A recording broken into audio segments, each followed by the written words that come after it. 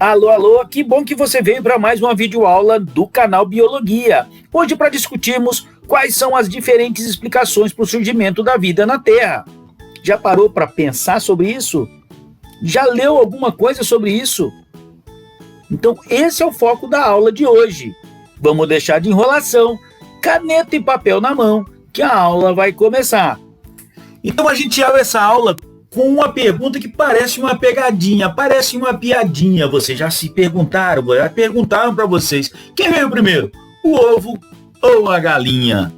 Só que a gente vai perceber que quando a gente busca alguns conceitos evolutivos, a gente percebe que isso não é uma pegadinha não, isso tem uma resposta lógica. E aí, o que você acha? Quem veio primeiro, o ovo ou a galinha? Posta aí no comentário e vamos ver no finalzinho qual é a resposta disso aqui. A gente vê nessa imagem aí de fundo, quem que é? O Archaeopteryx. Esse é um registro fóssil de um animal que a gente dando uma olhadinha aqui hoje, com que a gente conhece, vamos sugerir que você não conhece nada de dinossauro, você vai confundir esse animal aí com uma ave. Com exceção, é claro, dessa cauda longa que ele tem aí. Então isso é uma estrutura óssea fossilizada. E o que é um fóssil? Um fóssil é matéria orgânica que recebeu, pela natureza do ambiente onde ele foi conservado, recebeu mineralização na estrutura orgânica. E aí ele vai deixando então esses sinais da existência, é o que a gente chama de evidências evolutivas. Então a gente percebe que esse dinossauro aí, ele tem uma característica ou várias características que lembram bastante as nossas aves. E alguns estudiosos dizem que sim, as aves descendem dos dinossauros. Ou ainda que durante o processo de extinção nem todos eles foram extintos e que esses que não foram extintos evoluíram para as aves como a gente conhece até hoje.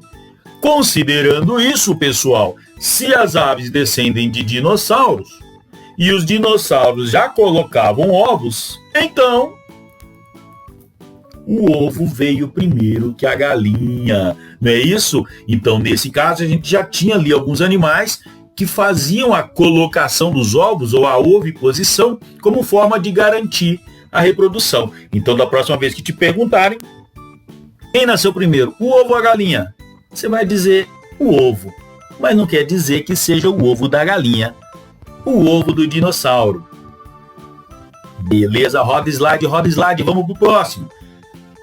Quando falamos de surgimento dos seres vivos, a gente sabe que existem algumas indagações, algumas hipóteses, e a gente vai falar justamente sobre isso, sobre a linha de pensamento chamada de abiogênese e a linha de pensamento chamada de biogênese. E junto com os nomezinhos eu já trago o conceito. O que seria então a abiogênese? Na abiogênese, considera-se que a vida poderia surgir espontaneamente de matéria inanimada. Já a biogênese considera que um ser vivo só pode ser originado a partir de outro ser vivo por meio da reprodução. E se a gente considerar isso aqui, ó, o termo reprodução, essa seria aí uma das teorias mais aceitas atualmente. Mas isso dá muita conversa, isso dá muita indagação ainda. Estamos falando sobre a biogênese ser mais aceita, considerando que a reprodução vai fazer parte do conceito. Então, segundo a biogênese, um ser vivo só pode ser originado a partir de outro ser vivo por meio da reprodução. Vamos seguir? Vamos conhecer um pouquinho mais sobre isso? Como eu comentei com vocês, são indagações, são frentes de pesquisa que defendiam uma hipótese e a outra hipótese. E um grande defensor da abiogênese foi Jean-Baptiste Van Helmont. Esse cientista, na tentativa de explicar como a vida poderia surgir, ele fez uma série de experimentos que hoje, pessoal, hoje a gente sabe que ele cometeu alguns erros ali de protocolo, de montagem do experimento, de cuidar, né, de usar o chamado rigor científico para a condução desses experimentos, mas a gente sabe que é baseado no trabalho desses grandes nomes da ciência que a ciência chega no que se tem hoje. Então, Jean-Baptiste Van Helmont, o experimento mais famoso dele, é aquele em que ele sugere que camisa suja de suor com grãos de centeio, uma vez abandonados, poderia gerar o quê? Isso mesmo, ia virar ratinhos, não é verdade? Então hoje a gente sabe que os ratos apareceram lá porque Van Helmont não cuidou direitinho da segurança do experimento. E não que eles teriam surgido a partir da transformação de camisa suja de suor, mais grãos de centeio, e dessa maneira sustentando a hipótese da abiogênese. Um outro grande nome da ciência, Francisco Redi, esse daqui, ele é defensor da biogênese.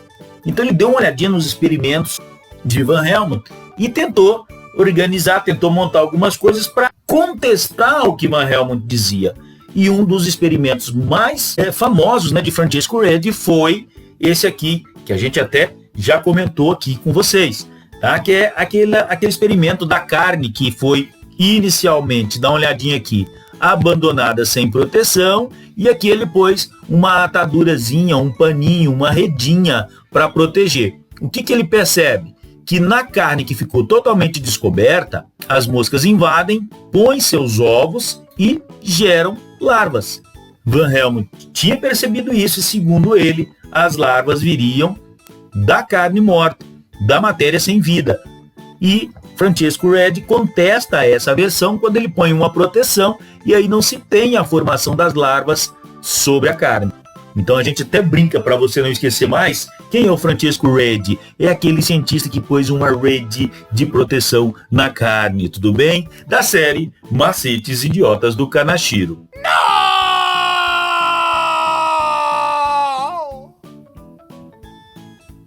Seguindo então nosso raciocínio, a gente chega a John Needham. E esse aqui é defensor da biogênese. O que Needham faz, pessoal? Naquele tempo já se usava o que a gente chama hoje de meio de cultura, mas até então era chamado de caldo nutritivo. Como que se prepara um caldo nutritivo? Você pega ali água, né, a batata, que é rica em amido, você pode colocar carne também, e aí você faz a extração do caldo de carne com a batata. Calma lá, não é aula de culinária não. John Needham estava fazendo extratos de materiais que poderiam servir de substrato nutritivo para micro-organismos. Então já se tinha noção dos micro-organismos. Ele coloca ali material para nutrição e diz que quando eu aqueço, eu zero a chamada força vital, mas essa força vital volta sozinho. E aí o que ele faz então? Ele ferve os frascos com caldo nutritivo e depois de um determinado tempo ele fecha, correto? Mas ali teria então já a turbidez. Essa turbidez que a gente vê aqui no desenho já indicava que o material já apresentava seres vivos, ou seja, os seres vivos já estavam transformando a matéria-prima presente no caldo nutritivo. E aí vem um outro pesquisador para contestar John Needham. Estão percebendo, pessoal, como que era grande? E até hoje é assim, né, na ciência. Você tem ali frentes de pesquisa que uns defendem uma história, uns defendem um conceito e outros defendem outro. E cada um vai montando os experimentos para demonstrar o raciocínio que envolve todo o trabalho deles. E aí vem então Lázaro Spallanzani. Vamos ver o que o Spallanzani fez. Dá uma olhadinha aqui, ó. O Spallanzani fez tudo muito parecido com o Needham, com a diferença que na hora de ferver, então antes de começar a ferver, o que o Spallanzani fez? Ele já fechou, né, os frascos com caldo nutritivo. Então quando ele ferveu, ele já ferveu fechado, desse jeito aí, gente, ó. E aí, como fechou, não houve contaminação. Então Spallanzani já tem então uma ideia de que a contaminação se dá com o ar, já que não ocorreu a proteção enquanto ocorria a fervura do caldo. Então hoje a gente sabe que a fervura do caldo fez a esterilização desse caldo.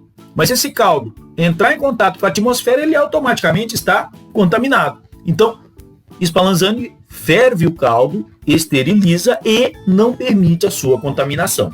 Seguindo então nessa corrida de demonstração dos experimentos, chega Louis Pasteur. Esse cientista aqui vocês devem lembrar, né? Quando ouve falar em alimento pasteurizado, leite, por exemplo, é muito comentado esse termo, leite pasteurizado. A pasteurização é um processo criado por Louis Pasteur. Como era um grande estudioso de micro-organismos, ele conseguiu elaborar processos que melhor conservam os alimentos, inclusive até hoje.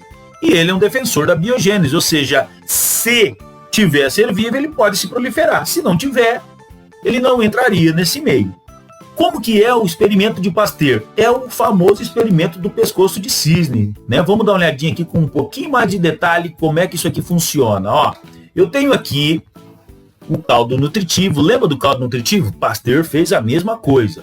Aí ele coloca num gargalo, ele vai agora aquecer o vidro, ele faz um pescoço alongado. Depois de alongar, ele faz essa curvatura aqui, ó. Tudo bem?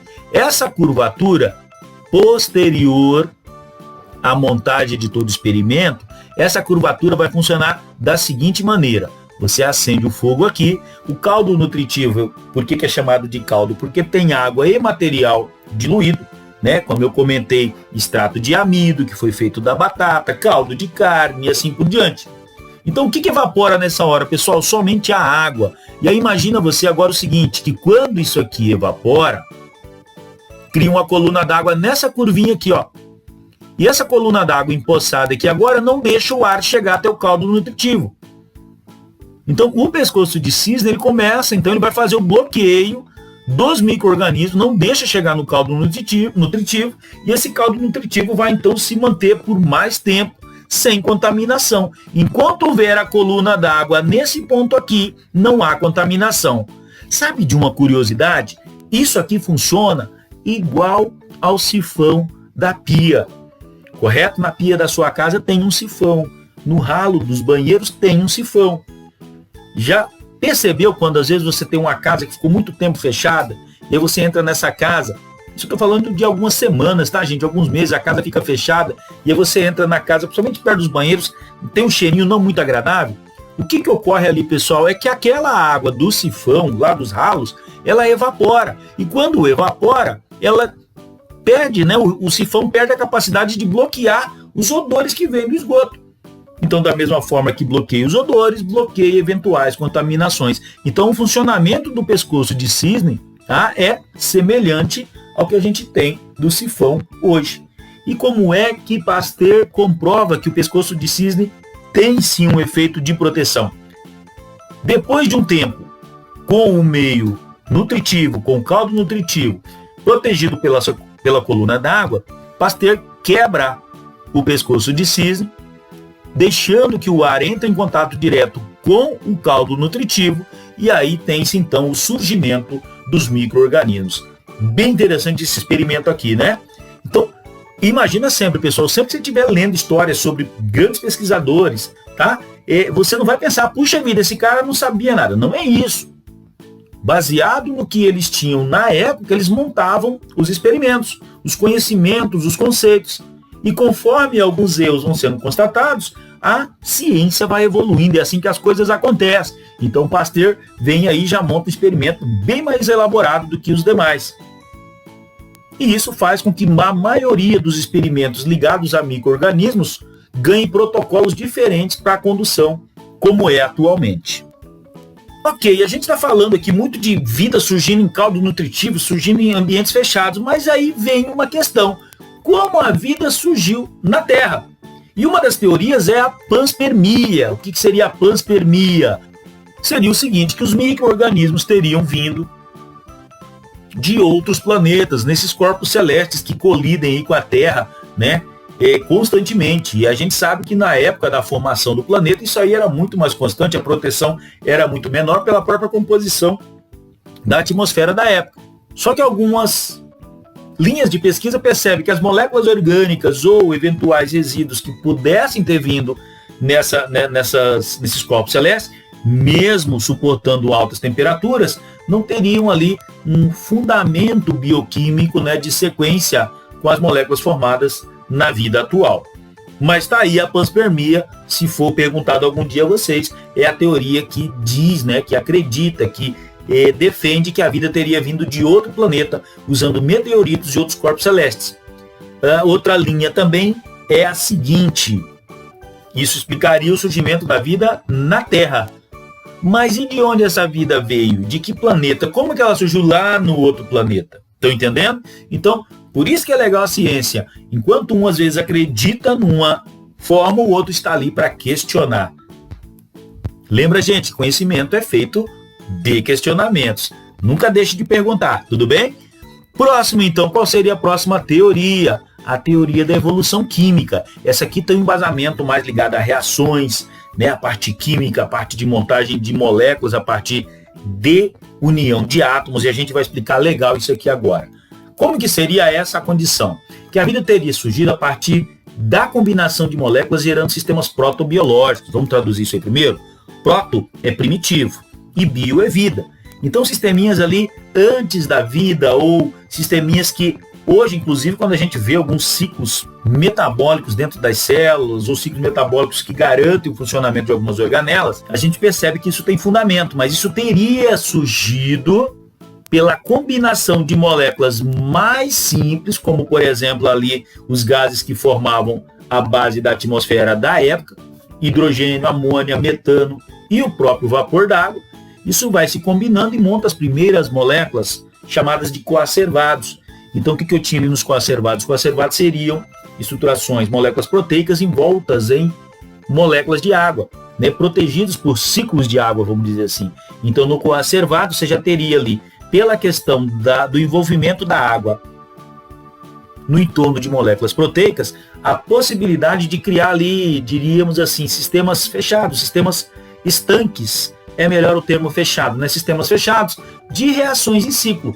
Então isso seria o que a gente comentou agora aqui no slide anterior, ó, os sistemas protobiológicos. Então começa-se essas unidades, a partir dali evoluiria para vários sistemas de reações dentro de um mesmo núcleo, dentro de um mesmo aglomerado de coacervado, e a partir dali teria então surgido a primeira célula. Então vamos lá, até agora a gente falou de algumas teorias aí, e alguns experimentos foram montados para tentar simular aquela teoria. E aqui não foi diferente, né, gente? Temos aqui um experimento proposto por Stanley Miller e Harold Urey, ou o experimento de Miller e Urey, correto? Que traz o seguinte, ó, vamos colocar aqui. Deixa eu pegar o laser point aqui para nós.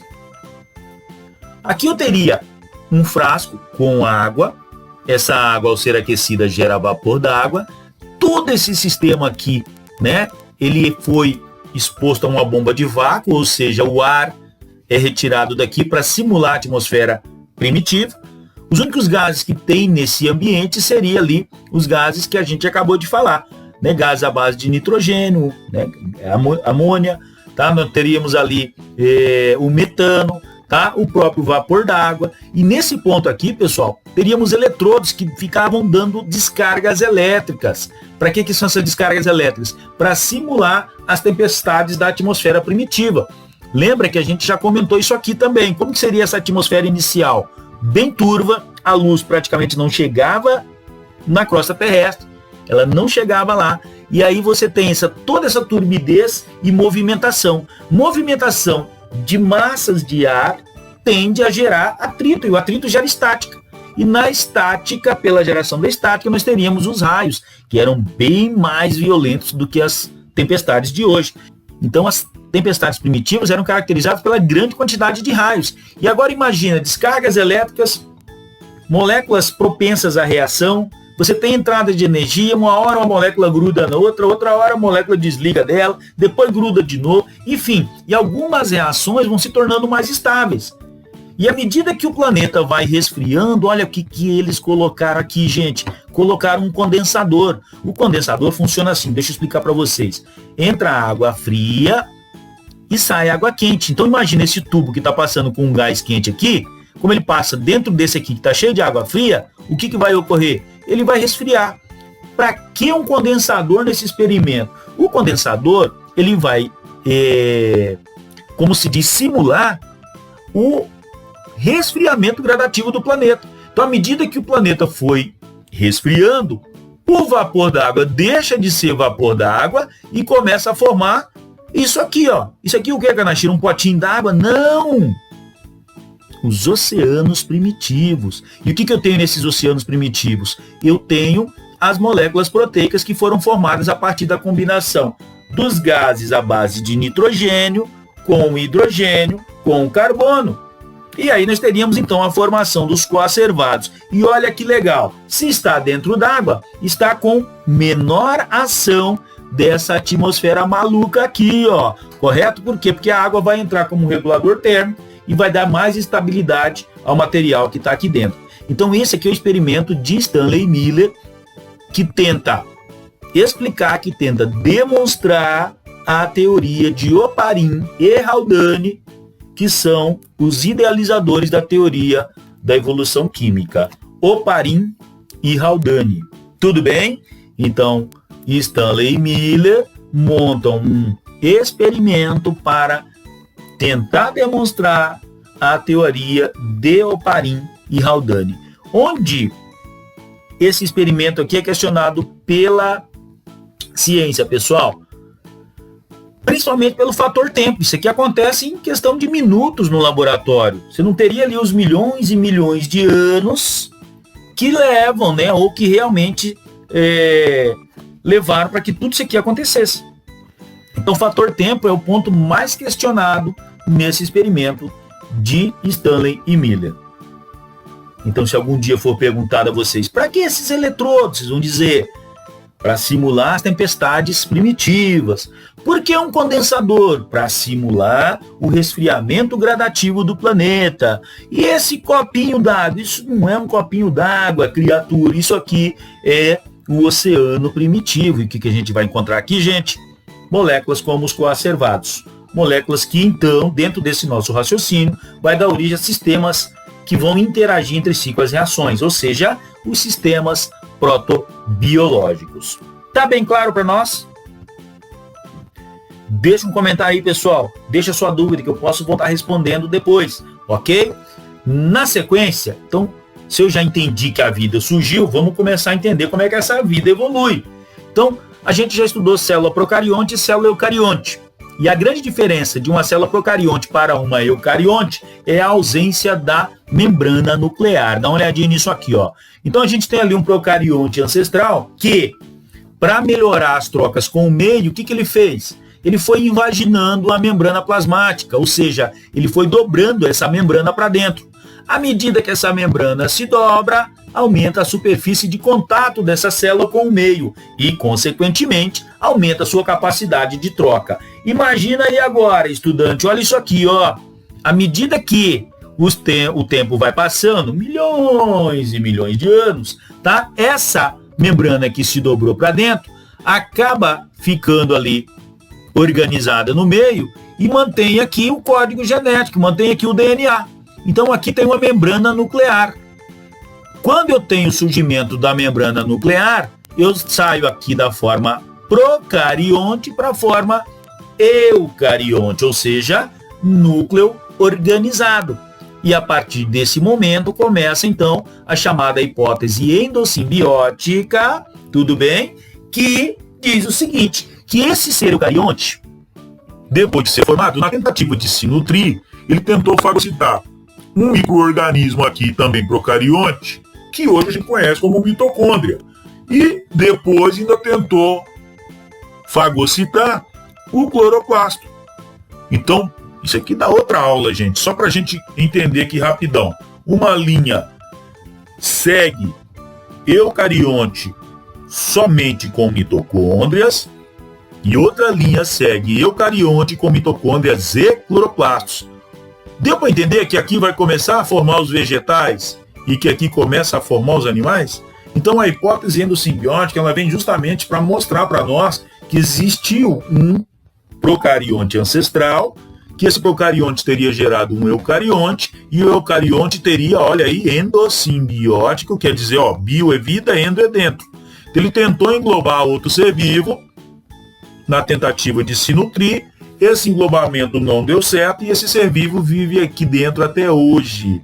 Tudo bem? É claro que não é mais um ser vivo, né, gente? Mas é o que a gente chama hoje de organelo. Então seria a origem da mitocôndria e a origem do cloroplasto na estrutura da célula moderna. Tranquilo, pessoal? Então, olha lá. Hipótese de surgimento de vida no planeta. Consideramos que a vida surgiu. E agora a gente tem, então, quais seriam as linhas de raciocínio para explicar a evolução. Hipótese endossimbiótica. E esse ser vivo também vai ter uma evolução metabólica, correto? Que seria ali, como é que ele vai fazer para sobreviver? Então, gente, volta aqui de novo, ó, outra briga na ciência. Briga não, discussão saudável. Tudo bem, a vida chegou, temos aí uma hipótese endossimbiótica, eu aceito. Mas, como que é o metabolismo? O primeiro ser vivo, ele era heterótrofo ou ele era autótrofo? Então, a hipótese heterotrófica diz que o primeiro ser vivo a surgir era heterótrofo. E aí, pessoal, como não tinha oxigênio, ele não poderia respirar. Então, qual é o mecanismo de geração de energia que gera energia dentro de uma célula sem a necessidade do oxigênio? É a fermentação. Então, qualquer questão que levantar o fato da hipótese heterotrófica ser a mais válida, não se esqueça. O primeiro ser vivo teria sido, então, fermentador. E a partir daí é que se tem, então, posteriormente, com a diminuição da turbidez de atmosfera e liberação do CO2 da fermentação, foi possível fazer fotossíntese, que é um processo autótrofo, que liberou o oxigênio para então surgir a respiração. Então, o primeiro ser vivo seria fermentador.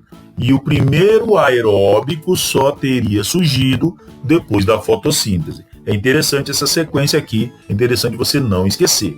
E na hipótese autotrófica, o que quer dizer autótrofo? Que ele consegue sintetizar a matéria orgânica a partir da matéria inorgânica. E esse processo que a gente conhece e que é amplamente divulgado é a fotossíntese. Mas olha só, lembra que a gente falou sobre a atmosfera primitiva? Não tinha como o sol chegar, a luz do sol chegar na superfície. Então, se eu considerar a hipótese autotrófica, o primeiro ser vivo era quimiosintetizante e não fotossintetizante. E o que é isso?